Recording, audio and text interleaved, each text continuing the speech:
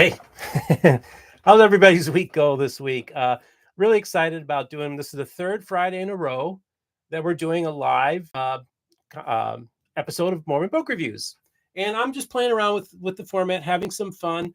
Last week we actually, we've been getting about 1,000 views on each one of these, which is pretty good. I'd like to get a little bit more views, but we're just building something, so we want to see how this works. And last week we actually raised $27 in the super chat. So if you want to get a shout out from me and give me shout out your name live, make a donation. Last week we raised $27 and that was kind of fun. And let's see if we can do more. I'm not, again, doing this for the money. $27 is just a small amount, but if somebody wants to give $5, $10, $15, $20, that means a lot. It's a much bigger deal to a smaller channel than mine than it would be to like Mormon Stories. So either way, I hope everybody had a wonderful week this week. I literally was going to make notes and I realized that my notepad is gone. So I'm going to try to do it on the fly. Probably not very well, but that's okay. I wanted to talk about a few things that have happened this past week, which is interesting. And I want to kind of address starting off, but I'm going to kind of wait for a few more people to jump on. We got some people jumping in here. Hi, everybody. Those of you in the chat, tell me how your week went. Just so you know, I'm literally, my phone dings like 150, 200 times, well, probably 100 to 150 times a day. And I'm literally I literally was booking a guest 5 minutes before. Actually, is being booked on the program 5 minutes before I popped on. So everything is very, very busy and hectic sometimes. Hello from Lamona, Iowa. Bruce Nelson, thanks. Hi, thank you. Beautiful Lamona, Iowa, which I hope to get to one day. My friend Paul DeBarth of the Community of Christ does archaeological work for the church and restoration projects for the church, and he is currently staying at a house across the street from the Joseph Smith III home, which is owned by the church. And so they're doing some work there, and of course he does a lot of great work, archaeological work for I Dig Nauvoo, which is tied in also with the Community of Christ as well. Interestingly enough, did you know that Joseph Smith III's home in Independence, Missouri is privately owned? That's kind of interesting. Would it be nice if we can get some money raised and get that a historic site? But the more important site actually was Joseph Smith III's site, home in Lamona, Iowa. Great. Jim Bennett and Ian Wilkes, Inside Outcast, released an episode with me as a guest. It was good, a good discussion. Hi, Anthony. Good to see you. Anthony's one of my supporters, and I really appreciate you, Anthony. You're a wonderful human being. And actually, Nick Jones of that bishop that was on Mormon Stories in my program talked about. I remember talking to him on the phone about you. He really enjoyed your TED Talk. Hi, Steve. Sometimes atheist, sometimes Mormon here. Love your channel. See, that's where we're at. We occupy those spaces. Those other places maybe make most people feel uncomfortable are the places that I like to dwell in. So almost sometimes atheist, sometimes Mormon. Aurora, that's in my backyard, okay? From back in the day. That's Chicagoland, Northwest Indiana, representing. All right, that's so cool. I'm originally from Munster, Indiana, just over the border. I'm sure you've driven by it many, many times on I-80, 94. We live just off of the expressway, just off of Calumet Avenue. So welcome, Christopher. So I just was saying earlier, we raised $27 last week doing the super chat. So if those of you who'd like to support the channel and post something, a donation to the channel, that's greatly appreciated. Let's see if we can raise 50 this week. I don't care if we don't raise anything. I mean, I do care. I mean, it's awesome, but it does mean a lot when somebody takes the time to donate $5, $10. That's kind of cool. So this week is really interesting. I approached Greg Mattson of The Quick Show to go on his program to talk about some of the critics of evangelical critics of mine. And I wanted to kind of share a little bit of the reason why I did that and the reason why I feel the need to start talking and speaking out in this arena. Now, as you all know, I'm a bridge builder. I'm not somebody who's trying to, and I knock down walls and I blow up silos and I do everything like that. That's the job I do. But I also am a peacemaker and a bridge builder first and foremost. So I want to make it really clear. Let me just explain this backstory. So I approached Greg, said, "Hey, Greg, can I come on your program?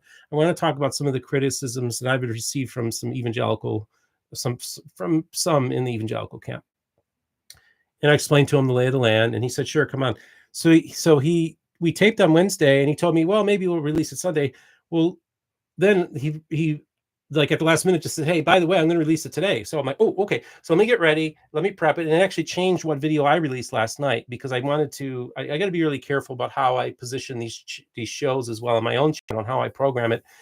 So I changed. I instead went in on my channel, did the Jacob Hansen and Isbell fight announcement, which is going to be interesting. And check out, that's April 6th during General Conference. They're going to be having a jiu-jitsu tournament, the two of them, to determine once and for all, did Joseph Smith actually practice polygamy? It will be determined in the ring. Of course, anybody who doesn't have a good sense of humor, this is of course all tongue in cheek. Okay, so if you don't find this funny, you need to learn to get a sense of humor. Okay, we're having fun. All three of us are having fun. So I went on the program and I criticized some evangelical individuals as well as groups and ministries that I really feel misrepresent Mormonism and literally have no impact in the Mormon world. And this is honestly the proof is in the pudding, which was confirmed earlier today. This is crazy. So earlier today on Ward Radio, yes, Ward Radio of all places, oh yeah, everyone click the like button so more people see this live. Yeah, click the like button so more people see this live. And we're just kind of doing a soft start here. So a friend of mine who's an evangelical watched Ward Radio today. And the guest was Alan Araga, who, by the way, was on my program first, had him last fall. And he was an evangelical who was sent to Utah by his church to convert Mormons, actually converted 10 Mormons into the evangelical world, and now is serving his mission in North Carolina. And him and I are in communication. Well, right before he headed out on his mission, apparently, they taped an interview with him. And I actually recommended to the producer that they talk to him. So I'm assuming they did it based on my recommendation. And Alan, it's so funny. It's hilarious. Alan goes to the very group that I was kind of critical of. Alan goes to Card and Alice on Ward Radio and says, have you ever heard of so-and-so? I'm not giving his name, but I'm going to leave a link in the description to the episode. Have you ever heard of so-and-so? And Carden goes to him and says, no, I have not. This is an organization that has a budget that is in the 6 and 7 figures, that's spent decades trying to proselytize Mormons and trying to defend Christianity, and his trying to say that they're making this impact in that world. And I had made a point that they're having zero impact. If you haven't showed up on Ward Radio's radar, then you literally are irrelevant. But I don't say that to be mean-spirited, okay? I reached out to see what ticked me off a little bit about this group is that the day before on a Friday in Utah, I met with the president of this group, the person who's mentioned in the Ward Radio interview. Okay. And I was polite and I did recommend to him that maybe they do better scholarship and that maybe they should submit papers and do peer review.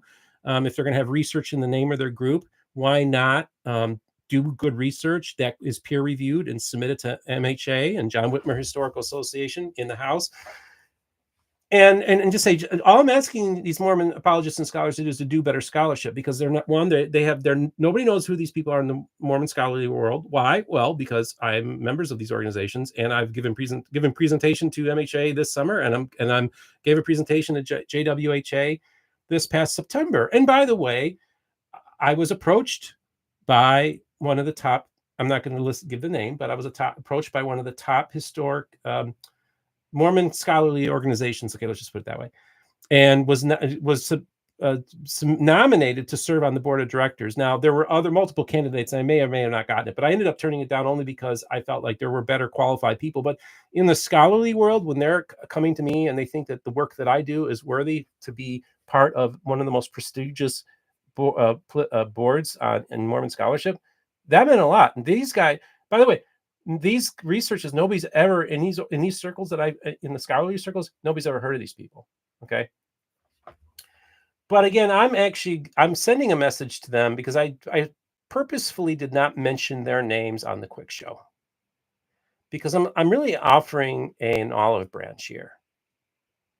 And you all know who I am. So, and I don't even know if you watched it. See, this is the sad thing. I don't know how good of research they do, because this person didn't even know who I was when I met him. And I don't mean that's like it's a big deal, but you're one of those prominent evangelicals to go on Mormon Stories in years, and you weren't aware of me. I'm like, how up to date are you with what's going on in the Mormon world? Like, when you're writing books and you're not aware of what's currently happening, then what good are you doing? What are you actually bringing to the conversation? What are you bringing to the table?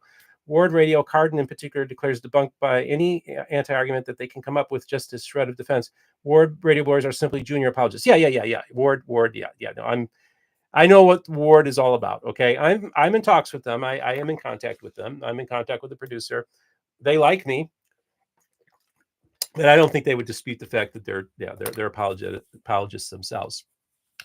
But I'm not here to go and talk about other YouTube channels and stuff like that. Because everybody does. Are you talking about Apologia Studios? Book of Mormon review. Oh, you're stirring it up, my friends over at Book of Mormon. Yeah, actually, just so you know, folks, one of the groups that I did talk about on, no, I'm not. What I've been talking about is not Apologia. However, I did talk about Apologia. I didn't give their name, but I'm not actually going to protect them on the quick show. And I probably should have said Apologia's name because I've said it on Mormon Stories. Apologia is a toxic place. Oh my gosh, Luke Hansen in the house, $10. Thank you. Woo. I had heard of Keith Walker and his Impossible Gospel of Mormonism, but yeah, if you're doing the plates are too heavy shtick, you could find better arguments doing good work. Yeah, Luke. So let me tell you, I went to this individual and told them that your work on the plates is interesting and you're making a naturalistic argument. I said, why don't you write a paper about it, about the weight of the plates and the stories it's told. I think it's that he's making a pretty strong argument. But instead, you're going to be a carnival barker at the Manti Temple, right? Pageant. And say, lift the plates. Now, I mean, it's kind of funny. It's kind of entertaining, but it's so debased in many ways. And nobody takes it seriously. And only evangelicals find get anything out of it. And they don't know anything about Mormonism to start off. So it really doesn't accomplish anything other than get you clicks on YouTube. And if you're going to be a full-fledged ministry, quit, do good research if you're going to have it in your name. All right. So yeah, I think I've been talking around these people for a while, to say the least. But again, Luke Hansen, I want to tell you that's very appreciative, the $10. So thank you. Again, this would be great if you want a shout out, folks. I knew it was Apologia, Calvinist with a beard and does martial up. Yep, that's that's Jeff Durbin. Well, that's the thing, folks. So yeah, this is what Luke is onto something. And by the way, I'm wondering, is this the same Luke that I was talking to on the phone earlier, or messaging? I think it is. I'm pretty sure, but you have a different profile on Messenger as you do on YouTube. But I'm assuming, Luke, it's Summer Rain in the house. Okay, so Summer, I messaged you, and I messaged you on your phone, and I asked if you wanted to call in on my phone, and I can put you on speakerphone, and we can talk for a few minutes. So you're up for that, Summer? Give me a call. Call me, Summer. Call me. All right. So Summer's in the chat room as well. So so basically the point of this was to basically just kind of call out what I considered to be some unchristian attitudes directed me towards these people. I also referenced a Presbyterian minister on the quick show who's been in Utah for 20 plus years trying to save Mormons. I liken him unto many of the old school Christian Reformed ministers that I grew up around as a young child, men who were very sincere but extremely clueless about the modern world and their society, and are steeped in an old school type of Calvinism that's really it's kind of lost its salt and light. Calvinism is actually intellectually a very interesting and thing. And I tell people the problem with Calvinism isn't John Calvin, it's Calvinists, unfortunately. But yeah, so he's this old school Orthodox Presbyterian guy, and he's all like doing his thing and trying to save Mormons, and nobody's ever heard of him. And he raises money saying they're saving Mormons, and nobody in this world has ever heard of this guy. I know who he is, of course, because I get deep in the weeds and do research. Okay, so Summer's going to hop on the phone here in a second. Awesome. We're going to chat because I wanted to preview an upcoming interview that she and I did with my pastor. Thought we could talk a little bit about that and also talk about the interview that we did with her father, Congressman Burgess Owens, that I released on Tuesday, which I thought was really good. For whatever reason, isn't getting as many views as I thought it would. But check out my interview with Congressman Burgess Owens. It's a fantastic story. And by the way, it's gotten a lot of likes and it gets a lot of people watching, a lot of watch time. So it's a highly engaged audience, just a smaller one. I don't even know if it has 1,000 views yet. Let's check that out. It's really good. So so check out Ward Radio. Check out where he says, have you ever heard of so-and-so? And Cardin says, no, I've never heard of them. that tells you how relevant these groups are in the conversation that's going on in this world, in the podcast world, and in the scholarly world. See, I have my feet in both of them, and I have my feet in the evangelical world. So we're gonna take a call from Summer Rain. Summer Rain in the house. I just put you on speakerphone. How you going? How's it going? Going good. Hey, everyone. Hello. So can everybody hear her just fine? Let me know. She sounds pretty loud and clear. I'm going to turn up my volume on the phone here real quick. I make sure that we have the full volume. Yep. I think we're all set. I think we're good. Okay. So Summer, I told everybody I wanted us, last week we taped an interview with my pastor, Dan Meyer of the Harvest in Sarasota. Well, tell me what did you think, how it went?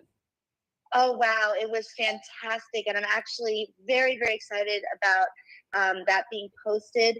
Dan is amazing, amazing person and human being. And it was just interesting to hear kind of his journey and why he is where he is right now. But also just to know who you're hanging out with in Florida, Steve. You know, birds of a feather flock together. And that's some pretty good stock right there. He's a great guy. Yeah, I was really excited about it. What was so cool was originally it was just going to be me and the pastor. And I thought, I need to get somebody who, Summer is very clear. Thanks, Zeke. Okay, so you're coming in loud and clear, Summer. I wanted to get somebody from the Mormon world, right? And plop them right into the evangelical world and plop them right into a conversation between the two of us. And Summer, I have to say, I really felt you did so well and you connected so well with my pastor, to the point that my pastor, Dan, goes and says, "Hey, Steve, shut up. We're having a good conversation here." You guys almost hijacked it.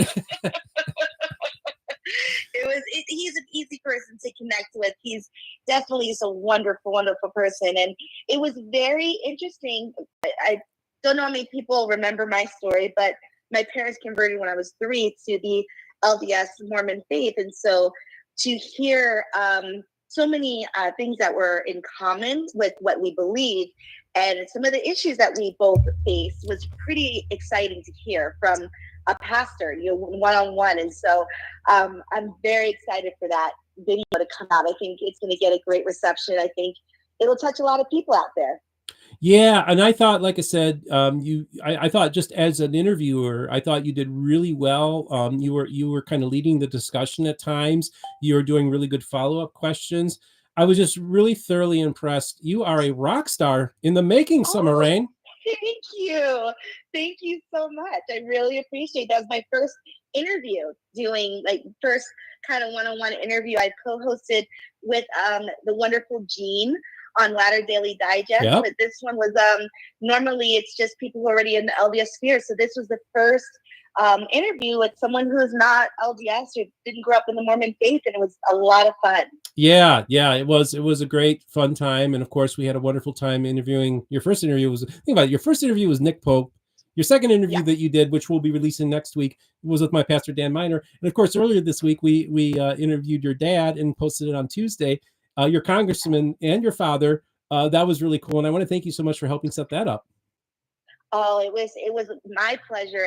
I love when we can kind of get out of the political circle and just talk about family and faith and who we are as people, and not get caught up in the divisive world that's happening right now. So anytime I can facilitate that, I love it, especially when it's my dad, because I love him so much. And the media and people and constituents, I just feel like everyone should know who is representing them.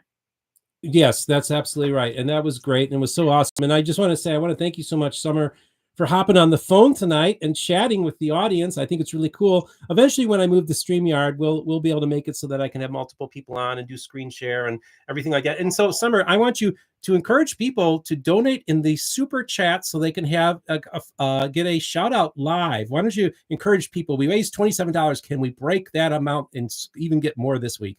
Let's see if we can break that amount, guys. I am excited to see if we can break that record tonight. I feel like tonight is the night.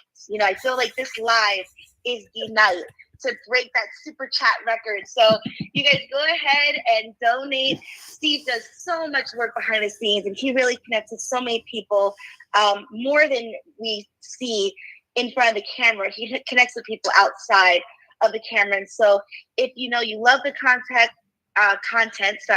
you love Steve, you love MBR, just, anything you can give would be awesome. Just put it in the super chat, live chat, and you will get a shout out from Steve. And maybe I'll come on next week, and we can do another one where I help shout out too. So awesome sauce. Well, just a couple things, Summer. First of all, Radio Free Mormon says hi, and just this is a really cool one. I was actually going to mention this. Zeet says, Summer's dad, I wasn't really a fan of until the interview. My view of him has changed. Boy, have we heard a lot of that, haven't we? We have heard a lot of that. We've heard a lot of that. And I just appreciate everyone who didn't agree with him or figured that they didn't agree with him and they decided to listen anyway, because honestly, that's what this channel is about. That's what this life is about, just kind of listening to each other. So for those of you who did not think you were a fan of Congressman Owens, I appreciate you clicking the play button and just listening to him and listening to his story. And so I really appreciate that. So thank you for that. All right. Thank you, Summer. Back to it. So get back in the chat. Say hi to everybody. I appreciate you hopping on tonight. Sounds good. Bye, guys. Talk to you soon. So that was cool. Now, I wanted to let everybody know that one of the things we're doing is that first interview with Congressman Burgess Owens was actually the beginning of a process in which we are going to, Luke Hansen, same Luke. So the Luke I was talking to before is the same Luke that gave the $10. Thank you, Luke, for making the contribution today. And what our intention is we're going to actually interview every single congressperson in the state of Utah and the persons who will be seeking to unseat them. Typically, this would be the case, the Democrat nominees. We're also going to reach out to all the major contenders for the U.S. Senate and have them come on to talk about their faith journey as well. Being that it is an election year, this would be a good time to have Democrat, Republicans, maybe some are Christian, some are atheists, whatever, wherever your faith journey is. We want to hear about it. We want to hear about your Latter-day faith journey, whether or whatever. This is the safe space where everybody can hop in the chat and we can talk to each other, and we don't have to hate on each other. We have enough of that in this world. And I think it's really important that we just kind of come together and we chat with each other, and we're friends, and we acknowledge our disagreements and everything like that. And of course, this is not a world without controversy, to say the least. So my evangelical haters out there, I don't know if you hate me. I honestly think you just don't understand me. I also can tell you, I don't really think you do really good research. Like when I do research on people, like we dig deep. I mean, I literally have a handful of people that do research for me on different people, do background stuff on them. We due diligence on people. Look at what we did with the whole situation with the whole Peter Pan thing. I mean, the Neville Land site. Oh my gosh. I mean, that took a lot of good people doing their due diligence and doing their research, and me being able to put it together and make the present with Bill and make his presentation on his channel. That's the kind of research. When I say research, that's what research looks like. So I just want to put it out there that I deliberately put Easter eggs throughout for these evangelical critics to find. I put them out, but not on my channel. I put them on other channels because I want to see, are you good at researching? They haven't found any of them yet. So that just tells me about the extent of their research. It's okay about misspelling Summer. It's S-U. And by the way, her first name is actually Summer Rain. S-U-M-M-U-R-R-A-Y-N-E. It's actually, that's her name. And Summer Rain, that's actually her name. I didn't realize that. She told me that one right before I was going to interview my pastor. So again, I'm telling my evangelical critics, sans Apologia, I think Apologia is just a toxic, horrible place. And there was even points where I thought about reaching out to them, but I just couldn't do it. How they represent or misrepresent Christianity. In some ways, they represent toxic Christianity and toxic evangelicalism pretty well. And unfortunately, there's a lot of people on that bandwagon, but they are nasty people, and they are not. I don't see a lot of fruits of the spirit, but I'm not going to go and play referee and say, okay, no, you're in heaven or you're in hell or whatever. I'm not playing that stupid game. They'll do it, by the way. They probably think that I'm, I don't know, heretical reprobate that's deserving of eternal punishment and torture, and that's a good thing. That's God's love. That would pretty much probably be how they would view me, and it's ugly. And I know why Mormons, if you decide to leave, why you don't come into the evangelical camp because you don't want to become a person like that. I get that. So yeah, and then I let's see what else was there. So yeah, check out like I said, it was just so hilarious today, just that episode on Ward Radio today, where basically totally confirmed my whole suspicion on this thing about evangelical ministries and stuff in Utah. They're basically essentially a lot of these groups are telling people we're saving Mormons, send us money, and they have yearly budgets that are in the 6 and 7 figures, and they're making a nice income. And it's a ministry, so they'll have a lot of tax oversight. And nobody does it. There's no due diligence. Nobody's really following up on these people because evangelicals don't know that the stuff they're putting out is not that good. And this is the challenge I want to make to my friends who claim to be Christian researchers. Look, one guy, I went to him and he was criticizing me about attending a Bickerton night baptism. I said, what do you know about them? And then he sent me an article on their website. And I read it, and and some people at the Bickerton Night Church read it, and we just were like, "Wow, this was really bad." If you're going to put out something like that, get it peer reviewed, please. I'll peer review it, even though I mean, I would go with that through with a marker and make a lot of changes. Was not impressed. Sorry. And this guy's got a book contract with major with major Christian publishers. He's a Mormon expert. And he failed 101. He didn't that if it was a college paper that was submitted to me, he probably would have flunked it. And this is what they're saying is research.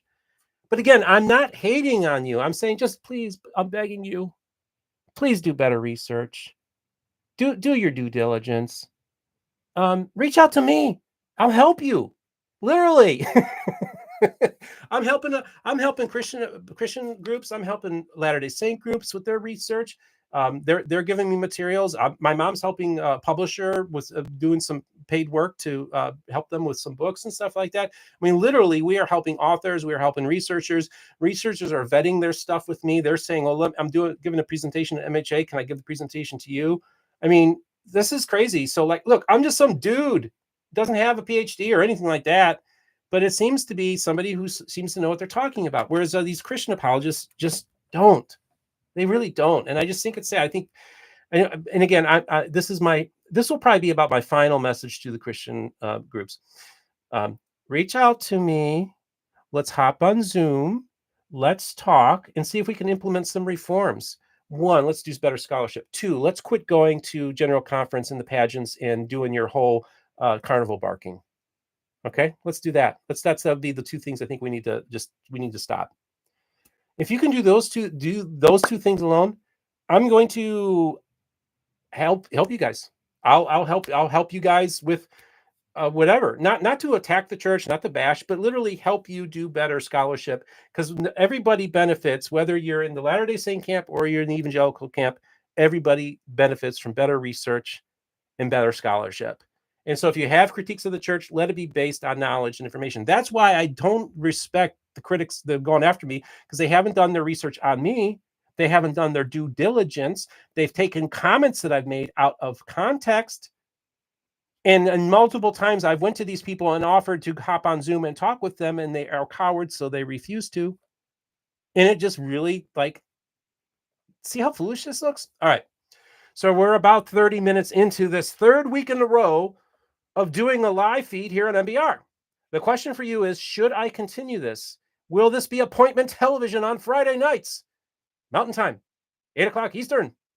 Is this prime time here in the East? Woo, we're at prime time. Wow. Is this something we want to continue to do? Would a different day be better? Don't know. I'd like to get people's feedback, whether it's in the comments or in the chats. Okay, so we've raised $10 so far. Again, not doing, I should do an Oral Roberts. Back in the day, Oral Roberts trying to raise money for the hospital. Said, the Lord told me, if I don't raise the money, he's going to take me home. Is that what I need to do to break the $27 record? I don't know. I ain't going to do that. By the way, we were here at church. Oral Roberts came and spoke a week or 2 later after he gave that speech on television, and spoke here, dedicated the International Training Center here. And all the media was outside with their trucks and cameras covering the news story, because it was a national news story. By the way, I have mutual friends with Richard Roberts, who's the son of Oral Roberts. So I'm very steeped in the televangelist world, more than people realize. And so, yeah, I don't know. So I know the Lord didn't tell me he's going to take me home if we don't raise more than $27 this week. But that's what Oral Roberts did. By the way, he raised the money. And you know how he raised it? It was actually a Florida-based racetrack owner, a horse track owner that bailed Oral Roberts' life, thus saving him from eternal death or destruction or whatever God was saying. Well, he's going to take him home, so he would have gone to heaven or Abraham's bosom or whatever. But nonetheless, that they did raise the money. And I think that's kind of funny. It's kind of ironic. Let's see. Can Christian YouTube? Let's see. Oh, you are a dude, Steve. Luke Hansen, best Christian YouTube apologist. James White's is intense, but he has read a lot. Okay, so I'm not a big fan of James White. Dr. James White, which, by the way, doctor is not a legitimate doctorate. He got it from a diploma mill or an unaccredited institution, which is essentially the same thing. And he likes to call himself this great expert. As a matter of fact, it was Mormon scholars that identified that James White was the chief nemesis of Mormonism, claiming to be this doctor. And turns out he wasn't legit. That's another guy that I really kind of feel like we need to pray for. We need to pray for his soul. Yeah, James White, that's another character. No, I'm not a big fan. I guess if I had to say the best Christian YouTube apologist, I mean, I'm not a big fan of most apologists. I'd say William Lane Craig is somebody I give some props to. I even went to Aaron Ra, who's been debating Christian apologists for a decade. Andrew, $4.99, my small donation to the Switzerland of Mormonism. Thank you so much, Andrew. Appreciate it. So that's great. I talked to Aaron Ra when I had him on my program, and we did some pre-calls and stuff. And I asked Aaron, and Aaron's like one of the biggest atheists on YouTube. And he's been on my show. And the reason I had Aaron on, excuse me, hey, when I wear black, the reason I had Aaron on was because he was doing a deconstruction of the Book of Mormon, a weekly reading live show of reading through the Book of Mormon called Joseph's Myth. However, the only reason I had him on was because he did one for the Quran. And anybody who's going to deconstruct the Quran, I'm going to have some respect for him. See, atheists who just pick on Christians are cowards. Atheists who just pick on Mormons are cowards. Atheists that pick on Muslims, they're not cowards. And so for that alone, he had my respect. So I asked Aaron, I said, Aaron, is there any single Christian apologist that you have debated, that you've interacted with, you have any respect for? And he goes and he says, no. I was like, darn it. Because I really wanted to find a Christian apologist that an atheist would respect. And he didn't respect any of them. And I thought, I got to find that Christian apologist that I can, because if I can find a Christian apologist that somebody like Aaron Ra can respect, like their intellectual integrity and the work they do, then that would be the kind of Mormon apologist that I would want to line up with. So Luke, unfortunately, I have searched far and high, and I find it very lacking, to be honest with you, in the Christian apologist world. That's my honest opinion. And that's part of the reason why I left Christianity in the first place. Actually, it was this book. So in the early 2000s, I decided I'm going to start understanding what Christian apologists are. What is a Christian apologist? Because I said, I don't really know the arguments. I just figured there's these great Christian apologists who are defending the faith. That's what it's a defense of the faith. And they were just mopping it up with these atheists and these socialists and these progressives at the college campuses. And we had nothing to worry about. And then I cracked open this book. And I have to tell you, when I cracked open this book, and this is a very famous, very popular book in the evangelical world. Josh McDowell's The New Evidence That Demands a Verdict. And when he had a footnote in here where he said that the Bible and Christianity is scientifically a proven fact, something along those lines. So I'm like, I got to check the footnote for that. What is the book that he's citing that shows that there's scientific evidence that the Bible's true? So I look at the footnote and it says, check the Genesis Flood by Whitcomb from the early 1960s. This was a young earth creationist book that defended a literal flood. And I realized right then and there, like, wait a second, they're not doing apologetics to defend the church and get people to come into church. They're doing apologetics to keep people in the church. Because there's nobody who's a scholar that's going to say, oh, really? Oh, yeah, the Bible is scientifically proven because the Whitcomb's book in the early 60s, the Genesis Flood. When I read that footnote, that was the beginning of my shelf breaking right then and there. Oh, Ken Kersey, $5. If you could do a weekly panel show, who would you like to bring on as co-hosts? If you could do a weekly plan, well, of course, I have a lineup of different let's celebrate their first super on a live stream. Okay, so Ken Kersey, apparently this is the first time that you have given on a live stream. So I want to thank you, Ken, for your donation. I'm assuming it's Ken, or if not, if it's you, Andrew, let me know. I of course have had Rebecca Biblioteka on, and of course we just talked with Summer Rain on the phone there. And we actually are going to do there. I don't know if I'm going to do a weekly panel show, only because of the ability to organize a panel discussion can be a little bit tricky, trying to get everybody's calendars lined up and everything like that. However, if I do continue the Friday night format and do a live thing, I would probably, I need to upgrade to in order to do it, I got to upgrade to StreamYard. I can do it with Zoom, but I have to use OBS software. And I'm sorry, I hate OBS. It's so terrible. And it's not easy to use. I don't know why Zoom just doesn't make it easy for us to be able to just do a live stream. So I'm going to switch over to StreamYard. And yeah, I would consider doing a panel discussion. We've actually toyed with different ideas. I mean, there was even the idea of doing like a news roundup program at some point. But I've just gone back and forth on that. And, and again, too, it's like I do I do at least three episodes a week and at least 3 or 4 shorts a day. It's almost like, 26 out of 27, 28 days, I'm posting something on the channel. So it's almost daily now.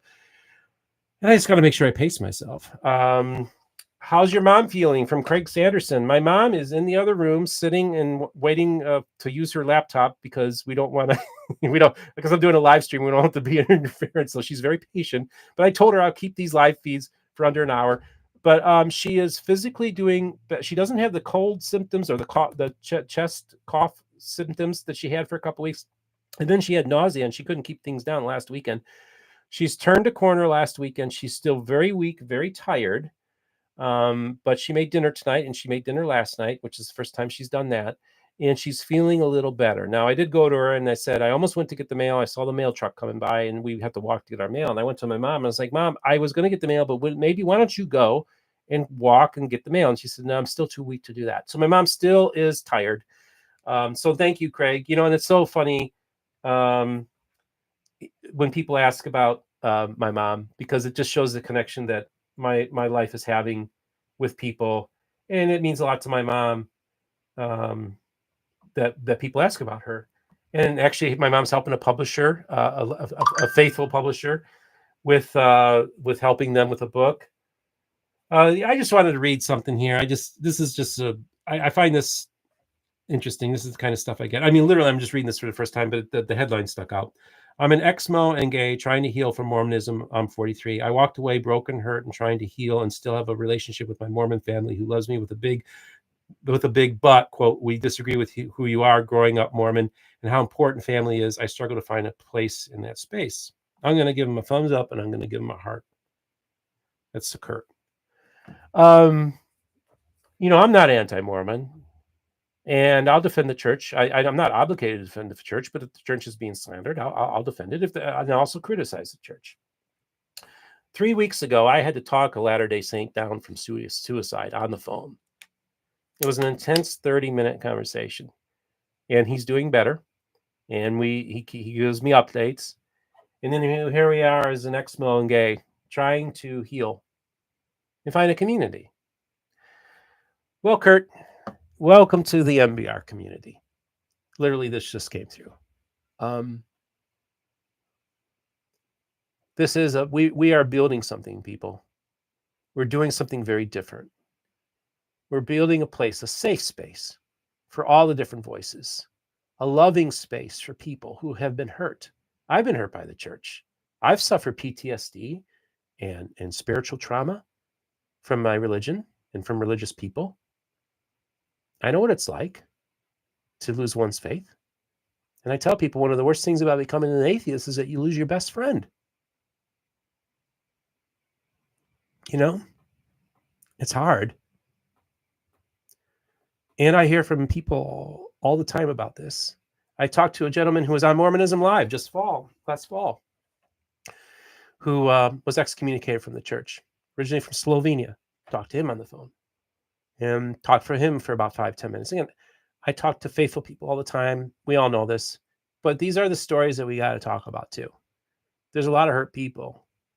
And we need to find a soft landing spot for people who have been hurt by religion. And that's one of the reasons why I've started attending Dan's church, the Harvest in Sarasota, because it's a similar place. It's a safe space for people who've been hurt by the church.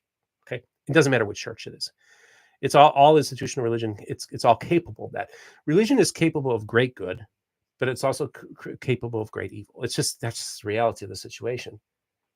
And it's really important that that message there that I just got on one of my videos is why I'm doing this. Okay. Is that the LGBTQ community that I'm very tight with, okay? Some of the earliest people who supported this channel were transgender. And I don't pretend to understand transgenderism. I don't. But you know what? I do understand how to love somebody, especially somebody who's different. It's hard sometimes, but it can be done. And I think it's really, really important to really, that's why some guy, some Yahoo, I do a live feed on Facebook yesterday, and presumably it's a Christian saying you're wasting your time, blah, blah, blah. And he's just attacking. And I said, well, I'm wasting my time. Did you know I talked somebody down from a suicide 3 weeks ago? Don't tell me I'm wasting my time. I'm not. This is a ministry, not a proselytizing one. This is a place where people can come for healing and community. I had the New Evidence book, and I had to put it down. Also, I spent about 8 years pre-internet studying Mormon history, and I'm very impressed at how knowledgeable you are about all the branches.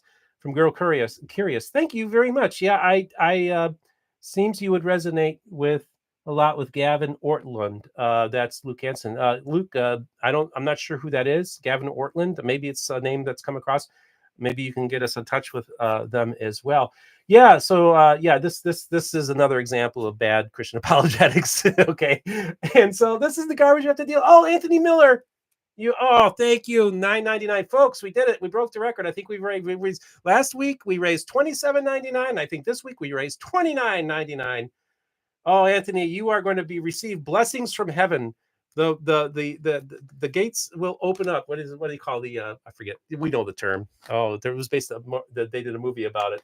The fountains of heaven will be opened up for you for that donation. Andrew wants to know, is there any more super chats out there? Truth on Unite's YouTube channel. He's a Baptist pastor. Okay, thanks, Luke, for telling me about Gavin Ortland. Truth Unites YouTube channel. I'm gonna have to check that out. If you don't mind, Luke, send me a link to my messenger and I'll check it out. Windows of Heaven. The windows of heaven will be opened up to you, Anthony. Of course, I'm having a little fun here. I'm not making fun of anybody, but we got to have a sense of humor, folks. All right. When I freaking did this whole fight thing with the Hanson and this Isbell, the Jacobs, somebody says that's no way to settle a dispute whether Joseph Smith practiced polygamy or not. I said, that's a tongue-in-cheek. It's a joke. Okay, it's humor. Of course, whoever I think everybody takes themselves too seriously, and they take what they're doing too seriously. And we need to have fun too. Like this is me having fun on a Friday night with my homies. Okay, this is what it is. I really feel like Ryan LL says, I really feel like I need to contact that publisher that supports the author who publicly attacks people. Latter Daily Digest, a bit late, but expecting another 10 minutes out of Steve. No, Latter Daily Digest, you don't program my show. See what happens? Yeah, I'm going to have to steal your next co-host, homie. Summer Rain called in earlier, by the way. Latter Daily Digest, Gene Judson, of course.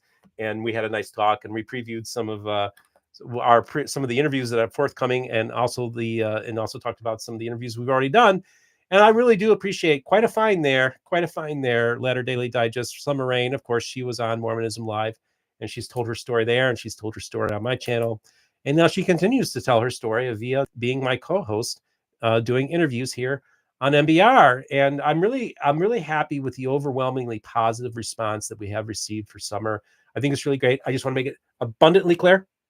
Rebecca Biblioteca is still in the house. And Rebecca Biblioteca is still the co-hostess with the mostest. Don't worry. Her current job keeps her from being able to be as active as she normally is. And so let's see, 10, 15, 20. Yeah. We raised $29.99 tonight, folks. Well, I'll stick around for a few more minutes. Anybody have any more questions or comments in the chat? I'll answer them. Thanks for the sense of humor clarification. Lots. Yeah, I know. You've mentioned Christopher Hitchens in the past. Andrew asks, you've mentioned Christopher Hitchens in the past. It was very difficult to entertain the idea of really believing again after reading God Is Not Great. Oh, yeah, man. First of all, I think Christopher Hitchens is one of the greatest writers. Oh my gosh, that guy could write. And he had an acid tongue. I tell people I have an inner Christopher Hitchens. You don't want to be on my bad side, folks, because man, I don't let my inner Christopher Hitchens out that frequently. But sometimes he can be quite useful when you're dealing with bullies and haters and people who just are buffoons, right? But I try to keep them at bay. Yeah, that's a great question. I think that there's very little about atheism that I actually disagree with.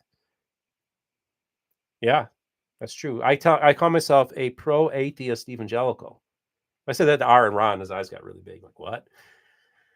And I honestly will tell you that I can tell you that if we had the way all the evidence, and I've talked to pastors and I've talked to faithful LDS about this, if we had the way, and they've agreed, and it was actually brought to me by a faithful Latter-day Saint. If we had to weigh all the evidence, we would have to say just the physicality, the material universe, and everything that we know and see, we would have to say the evidence leans towards there not being a God. So that, I think, it's a valid argument. And that's why I tell people to say, that's why Christian apologetics doesn't work for me. Because if you're going to be, quote unquote, doing the scholarly stuff, that's not the way you're going to get people to faith. Debates and arguments, they can be fun and they can be instructive, but we also have, and that's that in that world, but we can't deny the science and we can't deny a lot of the facts as we can agree what they are. And so I just say, let's use, like John Dehlin said, epistemological humility could all serve us well. And just say, and I just echo Paul, we all see through a glass darkly. And we just need to, we don't know everything. We can't know everything. And sometimes the worst type of apologetics is giving an answer to a question that the right answer is, I don't know, but instead they give an answer. And that's what gets us in the mess that we're in. That's what gives us all the bad apologetics that I have to come in and kind of clean up and say, clear the air on this stuff. And so, yeah. Any more questions or comments? Anybody want to, let's see if we can break 30. We're one penny away from breaking $30. I don't think you can give a penny donation. Again, I'm not doing this for the money. We're having fun here. Yes. To reiterate, it will be summer all year long. Yes, that's right. Latter Daily Digest. I think Jesus is evidence for God. Actually, I tell people, Christopher, thank you for bringing that up. I was just having a conversation with an agnostic, a college freshman. We were Zooming a couple weeks ago. And I told him, I said, if I had to point to God intervening in the history of human affairs, the best evidence I would have would be this backwoods hick who fundamentally changed the course of human history. I tell people, imagine if there's some guy from some rube from West Virginia, and he's dirt poor and he can't read, and he fundamentally changes human history, that we change our calendars to reflect him. That's kind of how I see it. Like, that's a remarkable story, the Jesus story, and how he turned the world upside down. And ultimately, Christianity defeated the most powerful empire in the world. It's a phenomenal story. And I do say, like, if I had to go and say, okay, where and when did God ever intervene in the affairs of human history? I would have to say it would be through the person of Jesus. And again, that's the best argument. See, I don't do apologetics, so but that to me is my best evidence. I'm with you on evidence not supporting our faith. I have faith because it's a choice I make. Yeah, I think that's really how we need to be humble in our approach. We need to quit trying to find evidence and just try to say that comports with our worldview, and accept the evidence as it is out there, as it actually is portrayed. I think it's really important to have intellectual integrity there. And that's what I do. So you haven't done a remnant church interview, is one coming. That's Ryan L. So when you say remnant, which one? Because the Snufferites, excuse me, that's what they are called, but followers of Denver Snuffer are referred to as a remnant church. Are we talking about Denver Snuffer? Ryan, or are we talking about the Remnant Church of Jesus Christ of Latter-day Saints in Independence? Which remnant group are we talking about, Ryan LL? Run, ski, shoot. How often do you go to the ward in your area? Oh, great question. So I was just there this past Sunday. I have been to the new ward at least 3 times since it opened last spring. And I've attended 2. One was a stake conference where actually it was kind of like a stake conference, I think, where they had Elder Anderson there to give the kind of the grand opening, if you will. He flew in from Utah to do that. And then I've attended 2 services, 2 of my local ward services. This past Sunday was a hymn singing service where all we did was sing hymns. And everybody would come up with the hymnal and tell the story about why they liked that hymn so much, and we'd sing it. And I was told later it wasn't planned; it was kind of like a Vicar Tonight service. And I could have come up there and made a recommendation. Evangelicals be like, I have faith in Jesus because I can read about him. Yeah, the Remnant Church of Jesus Christ Latter-day Saints. Okay, so is that Ryan LL? Just real quick, is that the group that's based in Independence, Missouri? I will have somebody from that church there. As a matter of fact, I will be in Independence, Missouri, most likely to speak at the Book of Mormon rally on Saturday, April 20th, I think at 6:30, location to be determined. I will also be coming out to Utah on to speak on April 18th at 7 o'clock at the Mountain Expo Center in Sandy, Utah.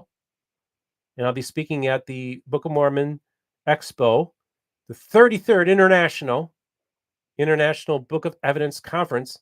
And I will be I guess you could say, the 7 o'clock primetime keynote speaker for opening night. I have top billing, which is pretty wild. And it's pretty exciting. And so I will be out there. So that's April 18th. We're probably, and Rebecca and maybe Summer can too, we're going to organize a meetup on Wednesday the 17th. So I'm either going to probably get there on the 16th or the morning of the 17th. We'll do a meetup on the 17th, somewhere in Utah. I'm going to be speaking in Sandy at the conference on the 18th. I was just talking to Hayden Paul, which, by the way, the Hayden and Jackson Paul yesterday, they had lunch with somebody. And I wish I could send you the picture. The person they had lunch with sent me the photo. A very, very big name. He had lunch with the Paul brothers. And the Paul brothers are actually going to be going on that program. I can't say anymore. He's pretty wild. But he's going to be speaking Friday night. I'm hoping to watch that. But see, I need to figure out a way to get to Independence, Missouri. So I'm either going to get to Independence on Friday or Saturday to speak at the Book of Mormon rally Saturday in Independence, Missouri. Okay. Let me go through here and make sure I'm getting everybody. Okay. Christopher Severin, what do you think of the view where there is design, there is a designer, where there is order, there's an organizer, or where there's creation, there's a creator? I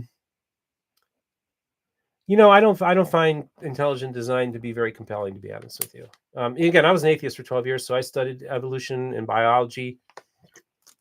And to be honest with you, one of the biggest misconceptions about complexity and designer is that simplicity is good design. Complexity is bad design. And so where we see complexity, that's not evidence for a God. That's complexity is actually evidence for it being organized, like organically. If something's very simple, like this is something very simple. This is design. It's not very complex. It's very intuitive, like a mouse. The more complex something is, the less likely that it was created by a creator. Does that make sense? It sounds counterintuitive, but really it's the simplicity in design is what we can tell. When we look at human biology, it's a mess in here. It's not very well designed. If we look at the creation, it's really not very well designed. So I don't really consider there's a lot of complexity. Whereas if I was looking for a designer, I would actually find it in the simplicity. So that's my argument there. And again, that's why I'm very different. I'm not your typical guy who's just going to give you the answers you want to hear. I struggle with this daily in one sense. I wrestle with these questions all the time, but I'm just not going to go and say, yeah, the blind watchman, right? That's the original, that's naturalistic theology from back in the day, and the blind watchmaker, right? But we also see organization. We can actually see things organized on the way stones are placed by size as they're being lapped in the waves. And you can see like a layers of different stones, and they're sorted like in an orderly way. And you can see this on beaches. We know this is random. So just because you see order doesn't mean if there was somebody behind it. That sometimes things naturally are ordered very organically, not requiring an intelligent designer to do it. Is Green Hill far away LDS? I don't know, Bambi, what that means. Is Green Hill far away LDS? Christopher 7, there is both chaos and order in the universe. Right. Yeah, in one sense there is. But again, when you have deep time and you have a long time for things to organize, then it doesn't really require a creator. This is just me spouting, I mean, like I said, I'm not really convinced by intelligence design's arguments. I've studied it and I just find it very wanting, but I'm always open to the evidence, but again, I look at it, good evidence would be that we can all agree on it. And it doesn't, I just tell people, if something sounds too good to be true, it's probably not true. If somebody tells you something that lines up with your beliefs exact and confirms everything, you need to trust, but you need to very closely look at it before you buy into it. If you follow this is from Curtis Decker. If you follow the LDS theology of creation, it's much more simple and logical than the evangelical mystical sky daddy, who is his son and not our daddy, but we call him father. I never understood. Yeah, fine. Yeah, I mean, I kind of get what you're saying from that. I think the genius of Mormonism is that it makes an attempt to answer these questions and give meaning and purpose and give answers to questions that conventional Christianity falls short on. And I think that's the appeal of it. Intelligent design and my tail bone and other vestigial organs need to talk. That's a lot. Yeah, that's the thing. Yeah, the vestigial organ. Yeah, there's just a lot. There's a lot there that seems to indicate that through evolutionary processes, there's a lot of trial and error going on. And so it's like trying to make things work in its own way. And it's really fascinating. And it doesn't require there to be an intelligence behind it. Question from earlier, Steve, do you have a favorite LDS film? Actually, Spirit of God, Like a Fire. That's a banger. That's probably the hymn that I would have recommended. As well. And by the way, the Bickertonites sing that song, but they use a different tune, and that one's kind of cool too. So does that answer your question? Yeah, I guess it's the old standard. I really do think they need to change praise to the man to praise to the Lord, like Joseph Smith III did for the reorganized church. That one just bothers me a little bit, and it bothers a lot of Christians and a lot of evangelicals and Catholics alike. When I tell them that the Latter-day Saints sing a song, Praise to the Man, it's very grating to our ears to hear that. Now, I'm just telling you how we hear it, how we understand it. We really feel like Joseph is put in like a pedestal that kind of makes him a semi-divine being. And that's how we kind of look at it. I don't necessarily see it that way, but it's how a lot of evangelicals look at it. My theory is, this is from Bambi 1830. My theory is that evolution is real, and once humans evolved into Homo sapiens, they were able to see the sons of man. Yeah.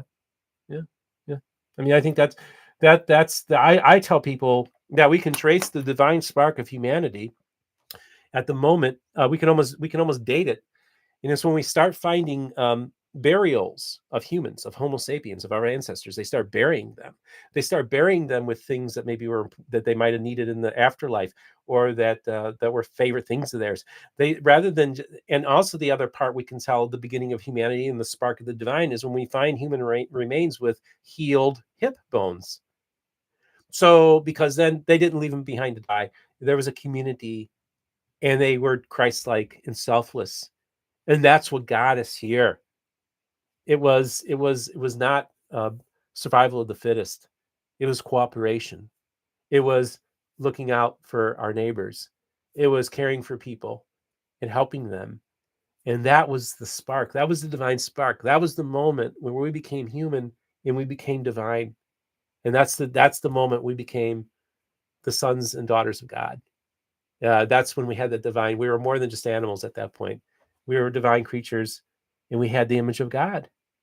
And yeah, I think that's the beautiful thing is that story. It's a real story, and we can document it. We can look at the fossil record, and it's really a remarkable story. Joseph did enough to get one song. Let's see. Let's praise to the man. And Luke answered, they better not get rid of praise to the man in the new hymn book. I hear they're going to be adding Amazing Grace. Some of my some of my sources are telling me that we're going to be the Amazing Grace is going to make the cut this time. Okay, Andrew, thank you for sharing. I love Praise to the Man. Thank you for sharing that. I appreciate that. It's a very foreign concept to sing praise to the man in a Christian in the Christian world that I inhabit. So again, I'm not pushing back and saying I hate you guys, you're going to hell because you're saying praise to the man. I'm just saying it's a little weird. That's all for us to hear. Thank you for giving us your I Want Thou Fount. They have it in the German hymn book. Right, I get it. Okay, well, thank you for sharing your favorite hymns with me, everybody. God, my goodness, we just crossed an hour. Wow, wasn't expecting that. Singing praise to the man in Germany was super weird. Yeah. Tell me about. Yeah, that would be. My phone's exploding pretty much. So let me see. Yeah, so yeah, every time I hop on here, my phone explodes, by the way. Whether it's coincidental or not, I don't know. Heal is only used for one person singing. Okay. Well, I had fun today. What do you guys think? Do you want me to continue doing these live feeds? Look like we got a lot of good comments here. I really enjoy having these conversations. So just to sum up, let's just sum it all up. I appeared on the Quick Show yesterday. I had taped it the day before. I kind of criticized some evangelical apologists and organizations. Didn't name them by name, but everybody knows. I think they can fit. They know who I'm talking about, right?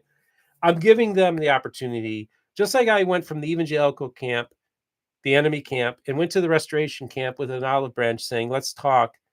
I want you to. I'm giving you the olive branch. The people I criticize, the organizations I criticize. Heck, I'm even giving it to Apologia Studios. I don't think they won't take the olive branch. Let's bury the hatchet. Let's talk, and let's try to do better scholarship. Let's try to do better apologetics, guys. Let's try to do. Let's try to be better Christians. Let's quit going out to the general conferences with our signs and our snarky attitude and doing our carnival barking. And let's actually sit at the table and have adult conversations with each other.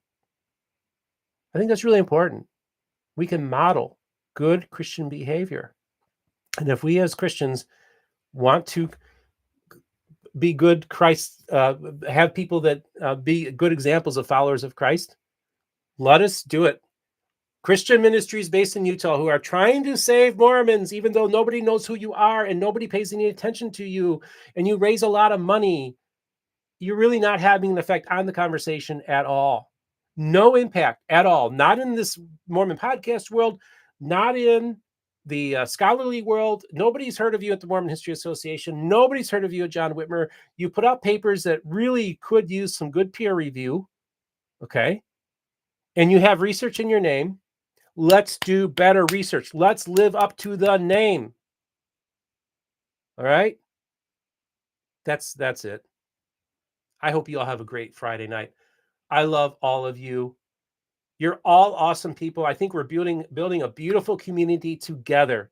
Tell your family and friends. Have them subscribe to Mormon Book Reviews. Make sure you have all your notifications on. We are just getting started. This is becoming something, and it's being noticed very much by very important people in the state of Utah, by people in the academic community, by people in all the different groups and that I talk to, and all the different, Community of Christ and the Bickertonites and all the different churches pay very close attention to what this channel is doing. I have access to people. My Rolodex, if you will, my phone is a who's who of this world. And I have the privilege, the unique spot to be able to reach out to these people and talk to them. And they have the opportunity to reach out and talk to me and have really good conversations. I'm humbled by it. Thank you, everybody. Take care. Same to you, Andrew. Thank you, Girl Curious. Appreciate all of you. Have yourself. My weekend's getting started now. Woohoo! Let's have some fun, everybody. Have a fun time this weekend. And remember, the most important thing is this. Remember, all the voices of the restoration will be heard here on Mormon Book Reviews.